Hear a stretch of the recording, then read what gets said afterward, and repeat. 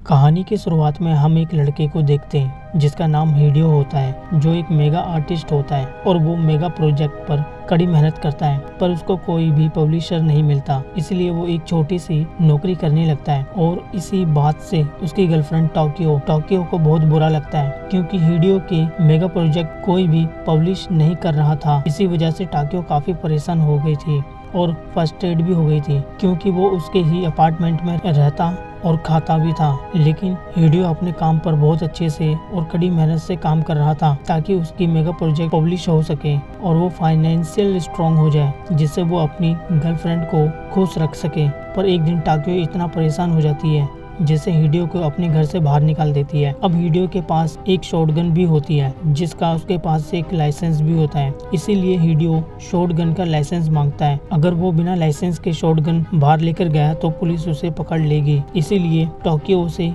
Gun का licence दे देती है और उसे यहाँ से भगा देती है। हिडियो भी यहाँ से चला जाता है। इसके बाद हमें न्यूज़ चैनल से पता चलता है कि शहर में ZNQ नाम का एक वायरस फैल रहा है, जिसके चलते लोग एक दूसरे को काट रहे हैं, जिससे वो वायरस बहुत तेजी से फैल रहा है। इसीलिए सरकार की तरफ से सभी लोगों को घर में सेफ रहने के लिए ऑर्डर दिया जाता है। इधर हम हिडियो को देखते हैं जो अकेला ही पार्क में बैठा था, क्योंकि उसके पास घर नहीं था। वो अब बेघर हो चुका था। अगले दिन हिडियो अपनी ऑफिस जाता है, जहाँ पर हमें बाकी के एम्प्लॉय को देखते हैं, जिसमें 2 लड़के और एक लड़की थी और इनका बॉस था। यहाँ हमें ये भी पता चलता है कि बॉस और उस लड़की का अफेयर चल रहा है। इसके बाद ये सब मेगा प्रोजेक्ट जल्दी से जल्दी काम खत्म हो जाए, इसीलिए सब यहाँ रुक जाते हैं और यहीं पर हिडियो सो जाता है। तभी उसकी गर्लफ्रेंड टोक्यो का फोन आता है। वो कहती है, मैंने गुस्से में कुछ ज्यादा ही कह दिया और तुम वापस आ जाओ। अब हिडियो को उसकी आवाज सुनकर ऐसा लग रहा था जैसे वो बीमार हो गई हो, क्योंकि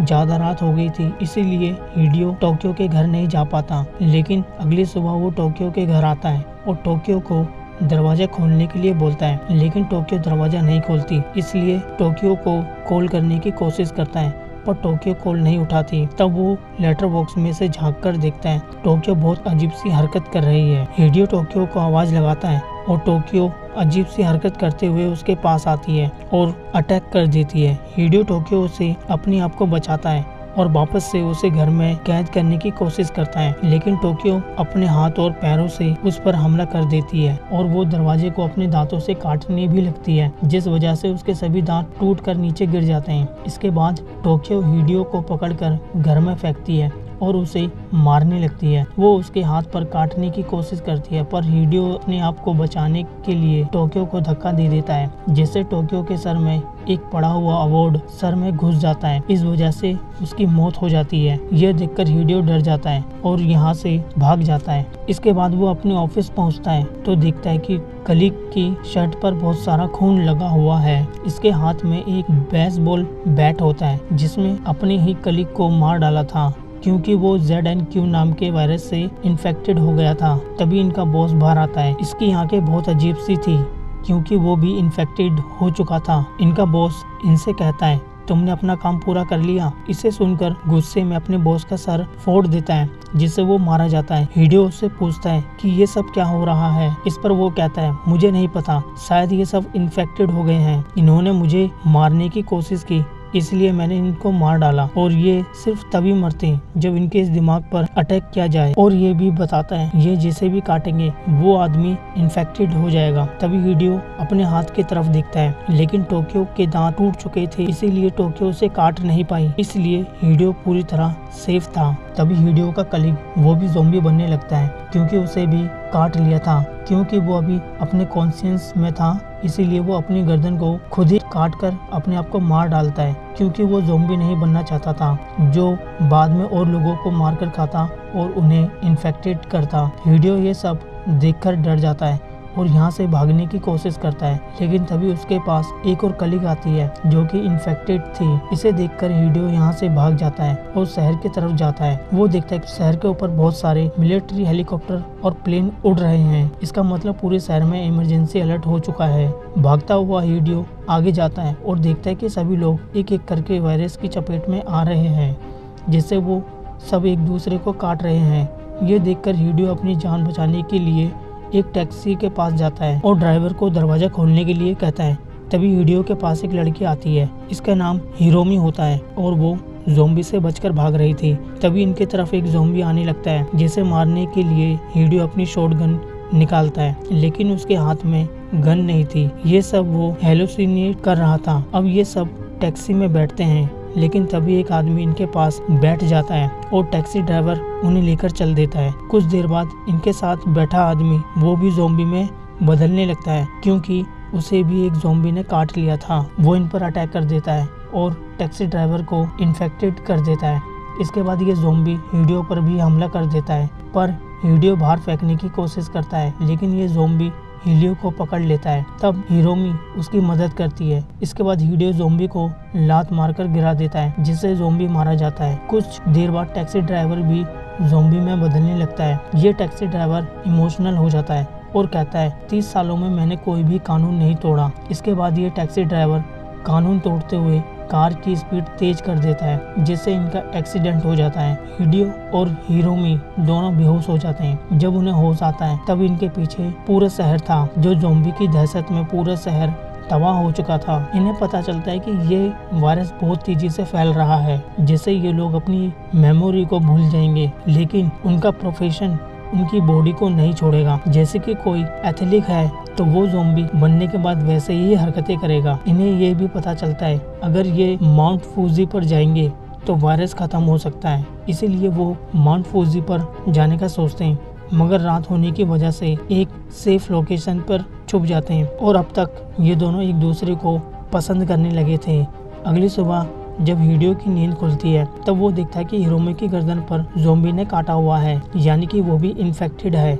ये देखकर वो डर जाता है और हिरोमी के ऊपर गन पॉइंट कर देता है। इसके बाद हिरोमी बताती है मुझे एक बच्चे ने काटा था, क्योंकि वो हिरोमी अब तक ज़ॉम्बी नहीं बनी थी, इसीलिए हिडियो उसे नहीं मारता। ये दोनों सोचते हैं कि अगर एक बार माउंट फूजी पर पहुंच गए शायद हिरोमी ठीक हो सकती है। अब ये दोनों माउंट फूजी की तरफ बढ़ने लगते हैं और यहाँ अचानक हिरोमी हिडियो से कहती है तुम मुझे छोड़ दो और अपना सफर यहाँ से अकेले ही तय करो। अब हिडियो को समझ नहीं आता कि हिरोमी ऐसा क्यों कह रही है। तभी हिरोमी की एक आंख ज़ॉम्बी की तरह हो जाती है और वो ज़ॉम्बी बनने लगती है। इसे देखकर हिडियो डर जाता है और यहाँ से भाग जाता है। हिडियो को एक आदमी मिलता है जिससे वो मदद लेने की कोशिश करता है, लेकिन वो आदमी खुद एक ज़ॉम्बी था। वो हिडियो पर अटैक करने की कोशिश करता है, लेकिन तभी हिरोमी आ जाती है और ज़ॉम्बी के हाथ पैर तोड़कर उसे मार डालती है। इसके बाद वो हिडियो की तरफ हाथ बढ़ाती है। ये सब देखकर हम समझ नहीं पाते कि वो पूरी तरह से ज़ॉम्बी नहीं बनी, वो एक हाफ ज़ॉम्बी है। फिर ये दोनों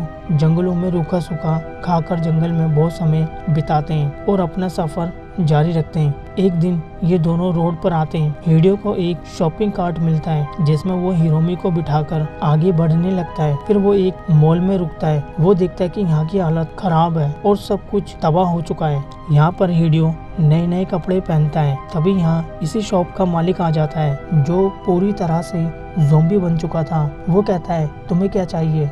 इसके बाद वो हिडियो पर हमला कर देता है, लेकिन तभी वहाँ सुबुही नाम की लड़की आती है जो ज़ॉम्बी को मार देती है और हिडियो की जान बचा लेती है। सुगुमी यहाँ अकेली नहीं थी। सुगुमी की तरह यहाँ और भी लोग थे जो बचकर रह रहे थे मॉल के टेरेस पर, जिससे ज़ॉम्बी इनके पास न आ सके। लेकिन जब इन्हें खाने का सामान लाना होता है तो ये बर्तन बजाकर ज़ॉम्बी का ध्यान अपनी तरफ करते हैं और इसका फायदा उठाकर ये सब लोग खाने का सामान ले आते हैं। अब ये लोग हिडियो और हिरोमी को रहने के लिए यहाँ जगह दे देते हैं। यहाँ पर हम लूरा नाम के एक आदमी को देखते हैं जो इन सब का लीडर होता है और वो हिडियो की शॉटगन को देखकर थोड़ा शॉक होता है, क्योंकि इस गन का मॉडल थोड़ा अच्छा था और यूनिक भी था। रात को हिडियो और सुगुमी बात करने लगते हैं। इस दौरान सुगुमी हिडियो से पूछती है कि तुम हिरोमी से कब मिले। इस पर वो बताता है शहर से भागते वक्त हमारी मुलाकात हुई और वो काफ़ी बीमार थी, इसीलिए मैं अपने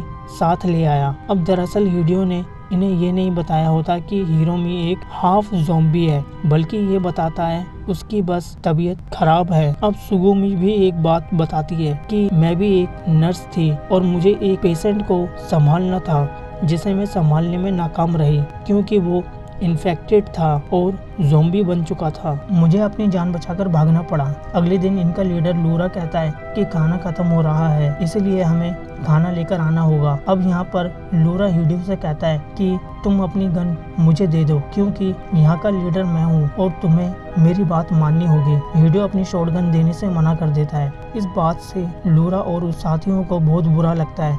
तभी वो हिरोमी को बाहर निकालते हैं और उसे मारने की धमकी देते हैं, पर क्योंकि हिरोमी हाफ ज़ॉम्बी थी इसलिए वो अपनी ताकत का इस्तेमाल करके इनमें से एक आदमी को दूर फेंक देती है। इस दौरान उसकी आंखों से कपड़ा हट जाता है। तभी लोग पहचान जाते हैं कि ये एक ज़ॉम्बी है। हीडियो लोरा को धमकी देता है, अगर तुमने हिरोमी को कुछ भी किया तो मैं तुम्हें शूट कर दूंगा, लेकिन लोरा फिर भी क्रॉस वो से मार देता है। इसके बाद उसके आदमी हीडियो से उसकी गन भी छीन लेते हैं और उसे मारते हैं। अब इसके बाद लोरा के साथी होते हैं और लोरा को धमकी देते हैं कि तुमने हिरोमी को क्यों मारा, तुम्हें हिरोमी को हमारे हवाले करना था।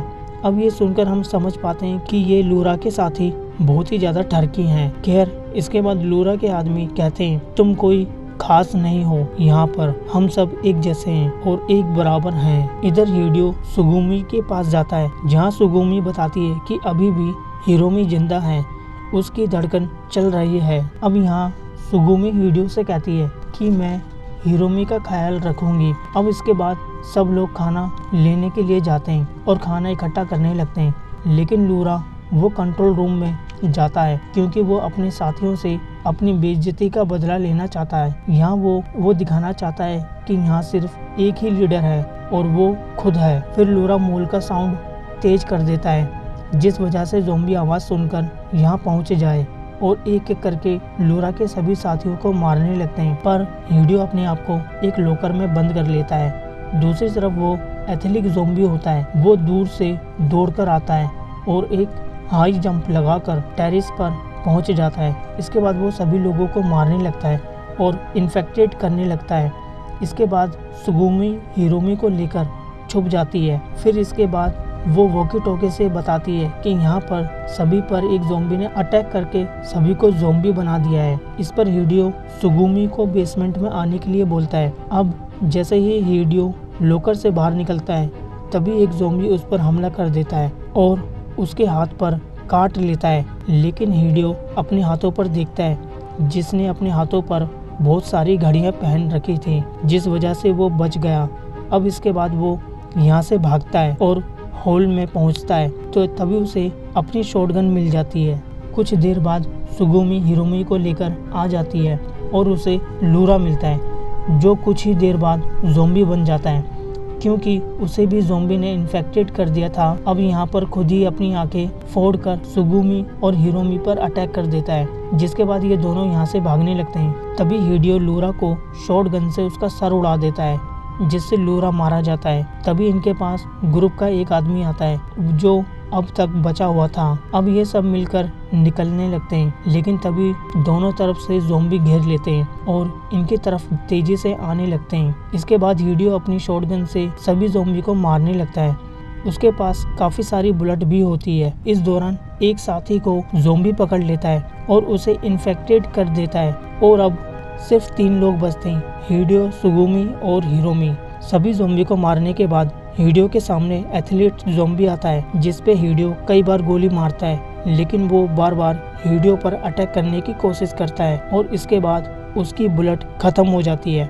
अब जैसे ही एथलीट ज़ॉम्बी इनकी तरफ दौड़ता है तभी हीडियो अपनी शॉटगन से उसका सर फोड़ देता है और उसे जान से मार डालता है। इसके बाद ये तीनों कार लेकर माउंट की तरफ चले जाते हैं ताकि ये जिंदा बच सके और ये मूवी यहीं पर ख़त्म हो जाती है। अगर इस मूवी की एक्सप्लेनेशन आपको पसंद आई हो तो प्लीज़ इस वीडियो को like, share, comment and subscribe ज़रूर कर देना। फिर मिलते हैं एक और नई वीडियो में।